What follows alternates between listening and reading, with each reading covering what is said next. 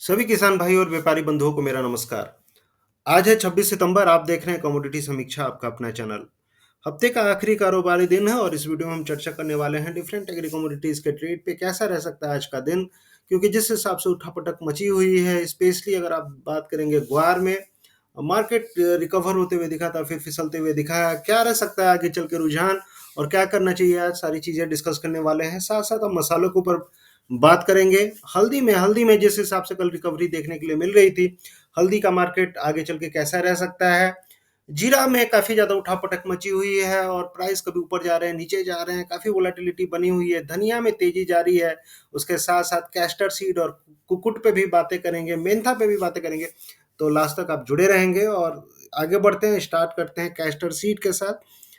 जैसा कि आपको भी पता है, कैस्टर सीड में जिस हिसाब से भी गिरावट चल रही है, स्पेशली अगर आप बात करेंगे एरिया वाइज, इस बार के कैस्टर सीड का एरिया बढ़ते हुए दिखा था। 7 से 8 लाख हेक्टेयर के आसपास का एरिया कैस्टर सीड का बनते हुए दिखा था। और जिस हिसाब से अभी मार्केट का सिनेरियो बना हुआ है, टोटल फोकस क्रॉप के ऊपर है और क्रॉप डैमेज की काफ़ी सारी खबरें अभी मिलती हुई दिख रही हैं, स्पेशली गुजरात में, राजस्थान में, तेलंगाना में। तो ये कहीं ना कहीं आपको कैस्टर सीड की जो गिरावट है बहुत जल्दी आपको थमती हुई दिख सकती है। जो गिरावट हुई थी, स्पेशली चाइना से जो डिमांड निकल के आ रही थी, वो जून जुलाई के महीने में, जुलाई की स्पेशली जुलाई के महीने में जो एक्सपोर्ट के नंबर आए थे वो थमती हुई दिखी थी। और जुलाई में एक्सपोर्ट का नंबर कम आए थे, उसके चलते हमने कैस्टर सीड में गिरावट बनती हुई देखी थी। लेकिन अभी अगर लेवल के हिसाब से बात करेंगे तो प्राइस 65 के नीचे फिसल चुका है, 6500 के नीचे। जो मेन सपोर्ट निकल के आ रहा है 6400 के आसपास निकल के आ रहा है। अगर किसी को फ्रेश बाइंग करनी होगी, 6400 से लेकर 6350 ये अच्छे लेवल्स रह सकते हैं। और लंबे अवधि के लिए अगर आप बात करेंगे तो कैस्टर सीड में तेजी काफी ज्यादा होने की संभावना बनती हुई दिख रही है। क्योंकि सप्लाई, ओवरऑल सप्लाई इस साल कैस्टर की कम है। डिमांड आगे चल के जिस हिसाब से चाइना से रिश्ते सुधरते हुए दिखे हैं, चाइना से डिमांड निकल के आएगी और सारी चीजें कहीं ना कहीं कैस्टर सीड को सपोर्ट करेगी। तो माफ करिएगा, कैरी फॉरवर्ड स्टॉक्स भी अगर आप देखेंगे तो पिछले साल के कंपेयर में इस साल काफी कम रहने वाला है। तो 6400 के आसपास बाइंग की संभावना है। आप वहां से बाइंग करके कैस्टर सीड में चल सकते हैं। ऊपर में अगर आप लेवल देखेंगे तो ऊपर में संभावना जो निकल के आ रही है 6800 से लेके 6900 तक आपको निकट भविष्य में ही दिख जाएगी। और उसके ऊपर भी मुझे ऐसा लगता है कि 7000 के ऊपर भी कैस्टर सीड अगर लंबे अवधि के लिए सोच रहे हैं तो जाते हुए आपको दिख सकता है। ग्वार में बात करेंगे, ग्वार में काफी दिन से अपडेट्स मैं नहीं दे रहा था और देख रहा था मैं भी मार्केट। पिछला जो वीडियो बनाया था उसमें मैंने बताया था वो क्लियर कट कि जिस हिसाब से ट्रेड टेंशन कम होने की बातें हो रही हैं और जो हमारे इकोनॉमिक एडवाइजर है उनका स्टेटमेंट आया था कि अमेरिका इंडिया पे जो टैरिफ है 50% टैरिफ को कम करके 10% तक कम कर सकता है। इन सब रुझानों के बीच में ग्वार सुधरते हुए दिखा था। और हमने देखा था कि किस हिसाब से प्राइस जो थे 8800 से ग्वारगम के प्राइस अभी अगर आप देखेंगे जोधपुर मार्केट में 9198 के आसपास, मतलब 9150 से लेके 9200 के रेंज में ट्रेड करते हुए दिख रहे हैं ग्वारगम के प्राइस। ग्वारसीड की बात करेंगे तो ग्वारसीड में भी प्राइस निचले स्तरों से सुधरते हुए दिखे थे 4900 के आसपास से। और अभी अगर आप देखेंगे जोधपुर मार्केट में तो 5000 के आसपास 4980 4990 के आसपास ट्रेड करते हुए दिख रहे हैं। सबसे बड़ी बात क्या है कि ग्वारगम के जो प्राइस है, चाहे ग्वारसीड के प्राइस है, अगर वायदा बाजार और स्पॉट प्राइस की बात करेंगे तो स्पॉट प्राइस अभी प्रीमियम में चल रहा है। तो ऐसा जब भी होता है तो जनरली वायदा बाजार में तेजी आने की संभावना रहती है। और जिस हिसाब से अभी मार्केट बना हुआ है, मुझे लगता है कि फ्रेश बाइंग आपको ग्वारगम में भी और ग्वार सीड में भी देखने के लिए मिल सकती है। फसल को लेकर ऑलरेडी हमने देखा है काफी ज्यादा क्रॉप डैमेज की न्यूज आ रही है। और क्रॉप डैमेज स्पेशली अगर आप देखेंगे राजस्थान में, गुजरात में काफी एरिया ज्यादा बारिश के चलते नुकसान तो हुआ ही था। उसके बाद फिर सितंबर में जो आपको सूखा का सामना करना पड़ा, उसके चलते भी हमने देखा कि काफी सारी क्रॉप को लेके दिक्कतें, यील्ड को लेके दिक्कतें आती हुई दिखी। तो कहीं ना कहीं अगर आप देखेंगे एक बार में इस बार कैरी फॉरवर्ड स्टॉक्स तो टाइट रहना ही वाला है। उसके साथ साथ अगर आप प्रोडक्शन की भी बात करेंगे तो प्रोडक्शन भी पिछले साल के कंपेयर में 15 से 20% तक कम रह सकता है। तो एक रिकवरी बनती हुई दिख रही है। और ये रिकवरी कहाँ तक जाएगी, क्योंकि देखिए होता क्या है कि सितंबर और अक्टूबर में आपको भी पता है फ्रेश, इस टाइम पे अराइवल्स जनरली अक्टूबर में आते हैं। और इस टाइम पे अगर आप सीजनलिटी उठा के देखेंगे तो ग्वार की सीजनलिटी के हिसाब से जनरली सितंबर अक्टूबर में प्राइस गिरते हैं। लास्ट ईयर हमने देखा था सितंबर लास्ट में और अक्टूबर फर्स्ट में प्राइस जो थे 5700-5800 चले गए थे। इस बार कैसे रहते हैं प्राइस देखने वाली बात होगी, लेकिन जिस हिसाब से अभी फंडामेंटल बने हुए हैं, धीरे-धीरे एक तेजी की संभावना बनती हुई दिख रही है। लेकिन इस बीच में एक न्यूज़ ये भी आ रहा था कि ट्रंप ने इंडियन फार्मा पे, सिर्फ इंडियन फार्मा पे नहीं, जो भी इम्पोर्टेड ड्रग्स हैं यूएस में जो होते हैं उस पर 100% टैरिफ ट्रंप ने लगाया है। तो कहने का मतलब ये टैरिफ वाला जो चीज़ है, टैरिफ के चलते जिस हिसाब से अभी वोलेटिलिटी हो सकता है मार्केट में थोड़ी सी बनी रहे, और 100% ड्यूटी इंपोर्टेड ब्रांड जो ड्रग्स हैं उस पे लगाई है, उसके साथ साथ ट्रक पे लगाई है, किचन आइटम्स पे लगाई है, उसके साथ साथ फर्नीचर पे भी देख रहा था मैं, बाथरूम वैनिटीज, बहुत सारी चीज़ों पे टैरिफ, फ्रेश टैरिफ ट्रंप ने इम्पोज किया हुआ है। तो ऐसा नहीं है कि अचानक से चीज़ें निकल के फट के निकल जाएंगी। वोलेटिलिटी मार्केट में बनी रहती है, रिस्क बना रहता है। इस पे मार्केट कैसा रिएक्ट करता है, ये देखने वाली बात होगी। ये आज का ही न्यूज़ है और इस पे कैसा रिएक्शन रहेगा, ये देखते हैं आज ग्वार पर। लेकिन एक चीज़ और है, क्रूड ऑयल में लगातार तेजी बनी हुई है, और क्रूड ऑयल जिस हिसाब से लड़ाई यूक्रेन और रसिया के बीच में बनी हुई है और काफ़ी ज़्यादा सारा टेंशन बरकरार है, इसके चलते आप देखेंगे कि जो यूरोपियन नेशंस थे उनने फ्रेश टैरिफ इम्पोज किया है रसिया के ऊपर, और ये सारी चीज़ें कहीं ना कहीं इंडिकेट करती है कि रसिया से जो तेल की सप्लाई है वो कम रह सकती है। उसका असर हमें क्रूड पे देखने के लिए मिल रहा है। क्रूड अगर ऐसे ही निकलते जाता है, भागते जाता है, तो ग्वार के लिए पॉजिटिव फैक्टर रह सकता है। तो इंटरनेशनल मार्केट भी कहीं ना कहीं थोड़ा सा देखा जाए तो ये टैरिफ वाला न्यूज़ कैसे रिएक्ट करेगा देखेंगे। लेकिन क्रूड जिस हिसाब से भाग रहा है तो बाजार में तेजी बनी रहने की संभावना रह सकती है। आज हफ्ते का आखिरी कारोबारी दिन है, थोड़ा सा संभल के ट्रेड करना है। नीचे में अगर लेवल के हिसाब से बात करेंगे तो ग्वारगम का अगर मुझसे पूछेंगे तो ग्वारगम का जो मेन सपोर्ट मेरे हिसाब से दिख रहा है 9000 के नीचे। मैंने ऑलरेडी आपको बताया था, जब 9300 ट्रेड कर रहा था उस समय मैंने इंडिकेशन दिया था, अगर 9300 टूटता है मार्केट तो 8800 तक के लेवल आपको देखने के लिए मिल सकते हैं। 8800 ऑलरेडी मार्केट आया, और अभी जिस हिसाब से रिकवरी की संभावना बन रही है 8800 से लेके 8650 यानी 8650 के बीच में एक स्ट्रॉन्ग सपोर्ट जोन मैं देख रहा था चार्ट पे, मुझे बनते हुए दिख रहा है। और उस हिसाब से अगर आप देखेंगे तो धीरे धीरे कहीं ना कहीं ग्वार में रिकवरी इन स्तरों से आती हुई दिख सकती है। गम में ऊपर में जो संभावनाएं बन रही हैं, अगर आप एक डेढ़ महीने की बात करेंगे तो मार्केट बहुत जल्दी आप देखेंगे कि 10,700 से लेके 11,000 तक जाते हुए दिखेगा। तो ओवरऑल मेरे ही हिसाब से ग्वार में बहुत ज़्यादा अभी गिरावट नहीं रहेगी, थोड़ी सी रिकवरी आपको बनते हुए दिख सकती है। ग्वार सीड में भी जो लेवल्स मेरे हिसाब से बन रहे हैं 4800 से लेकर 4850 एक अच्छा खासा सपोर्ट जोन बनते हुए दिख रहा है, और इससे अगर मार्केट यहाँ से चढ़ता है तो मैक्सिमम चांसेस है कि 5400 से लेके 5600 तक के लेवल आपको ग्वार सीड में देखने के लिए अगले 2 महीनों में मिल सकते हैं। तो देखना है क्या है संभावना। अभी मार्केट ये एक्सपायर नहीं होने जा रहा है, अक्टूबर कॉन्ट्रैक्ट मान लीजिए धीरे धीरे अगले महीने एक्सपायर होगा, लेकिन फिर नवंबर देखेंगे।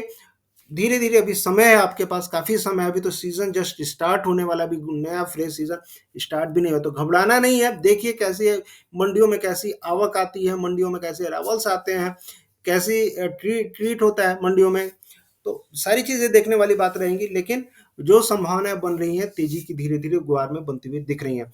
अब बात कर लेते हैं थोड़ा मसालों के ऊपर, और मसालों में स्पेशली हल्दी की बात करेंगे। तो हल्दी में सबसे सबसे बड़ी बात क्या है, हल्दी में सबसे बड़ी बात है मराठवाड़ा की बारिश। ये मैं नहीं कह रहा हूँ, कल मैं देख रहा था एबीपी न्यूज़ और उसमें भी दिखा रहा था मराठवाड़ा का हाल, और उसमें एबीपी न्यूज़ के रिपोर्टर ने जो बताया वो सही सही में लगभग 31 लाख जो किसान है मराठवाड़ा के, ये हैवी रेनफॉल और फ्लड के चलते काफ़ी ज़्यादा परेशान है, काफ़ी ज़्यादा क्रॉप डैमेज हुई है। और जिस हिसाब से न्यूज़ आ रही है, कभी 40 लाख हेक्टेयर, कभी 32 लाख हेक्टेयर, ऐसे ऐसे करके न्यूज़ आ रहा है। मैं भी देख रहा था न्यूज़, और मुझे जो नंबर्स मिले उसके हिसाब से लगभग 30% of kharif crop in state damage by heavy rainfall. और ये कब का न्यूज़ है, 23 तारीख का ही न्यूज़ है। तो कहने का मतलब है कि 30% जो खरीफ क्रॉप है मराठवाड़ा की, महाराष्ट्र की, वो लगभग लगभग एक तरह से मान के चलिए कि बर्बाद हो चुकी है। और सिर्फ मराठवाड़ा की बात करेंगे तो मराठवाड़ा में 28 लाख हेक्टेयर। तो कहने का मतलब है कि हैवी रेनफॉल के चलते न सिर्फ कपास है, सोयाबीन है, हल्दी है, ये सारी क्रॉप्स डैमेज होती हुई दिखे, और इसका असर आपको हल्दी पे पड़ते हुए दिखेगा। अभी ऐसा नहीं है कि सिर्फ यहीं पे बारिश हुई है।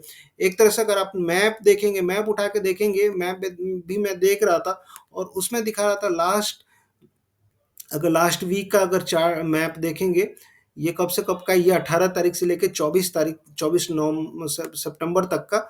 और इसमें ये देखिए मराठवाड़ा में लगभग 153% ज़्यादा रेनफॉल हुई है, पिछले हफ्ते ही बारिश हुई है।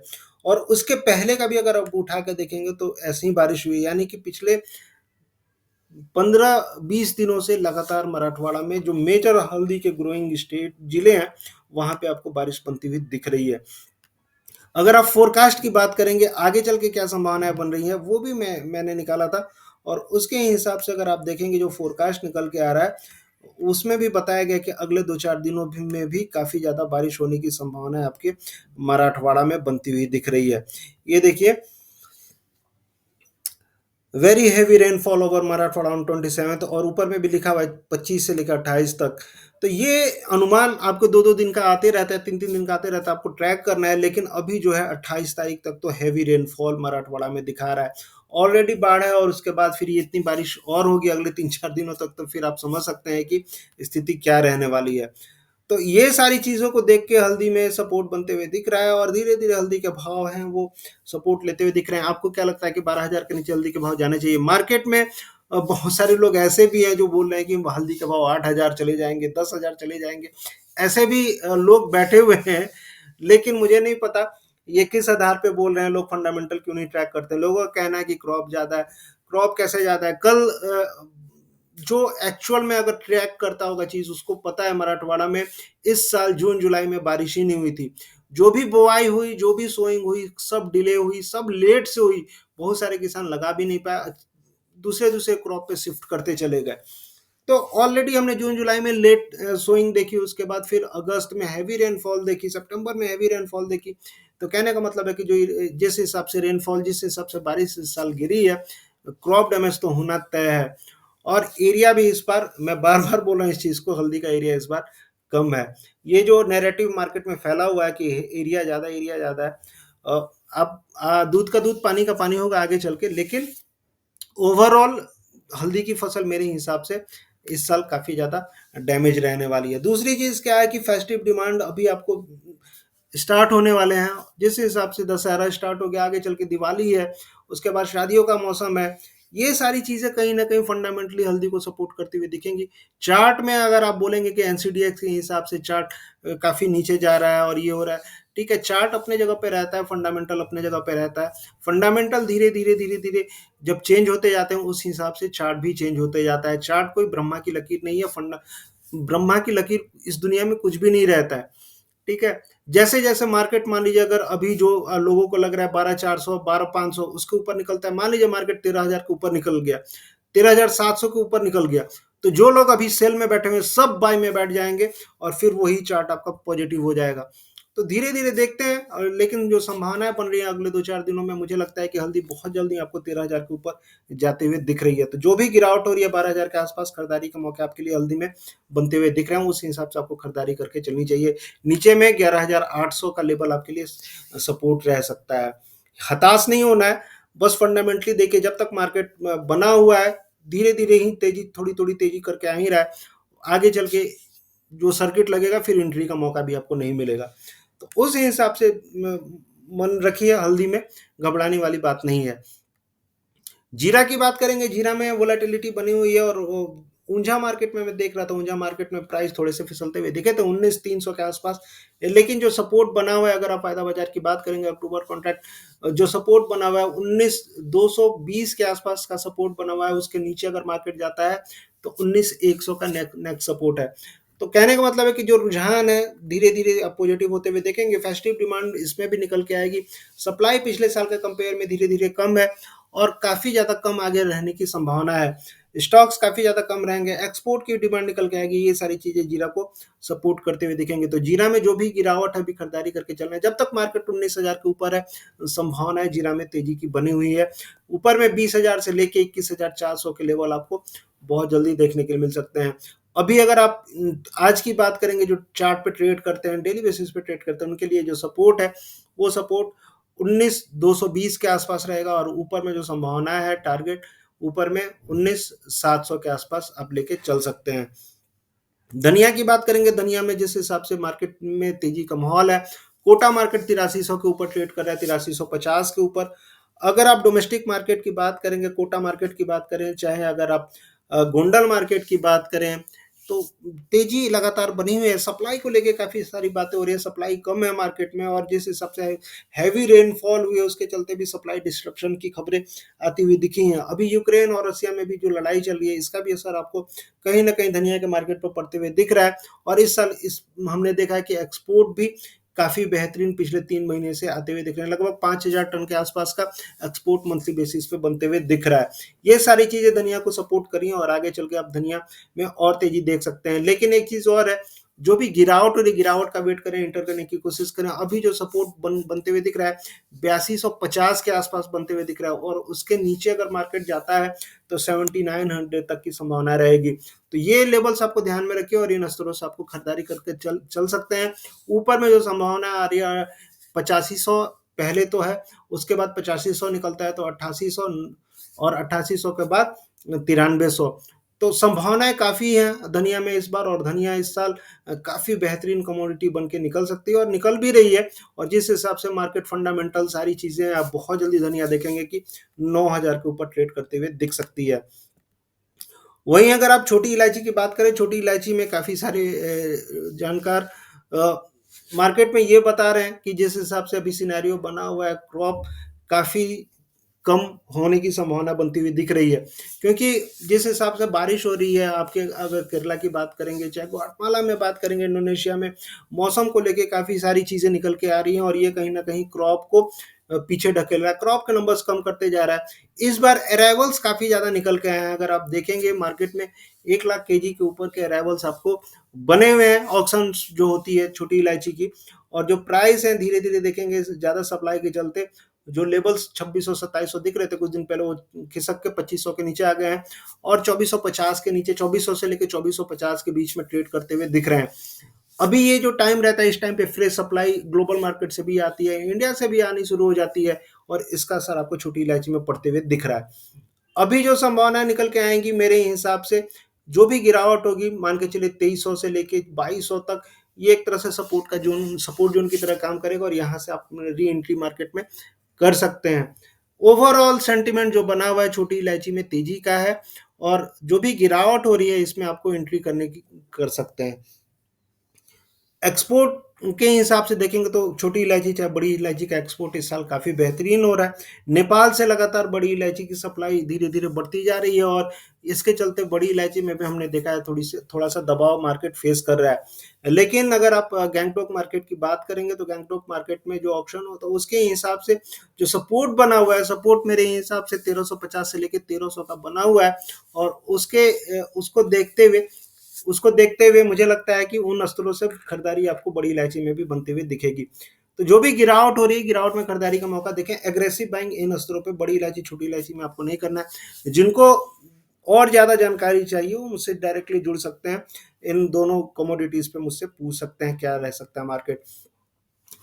काली मिर्च में मार्केट काफी ज्यादा वोलाटाइल, और कल हमने गिरावट 200 रुपए की बनते हुए देखी थी। लेकिन 700 का जो लेवल है काफी अहम सपोर्ट है, और मुझे ऐसा लगता है कि इसके नीचे मार्केट आपको नहीं फिसलेगा इतना जल्दी।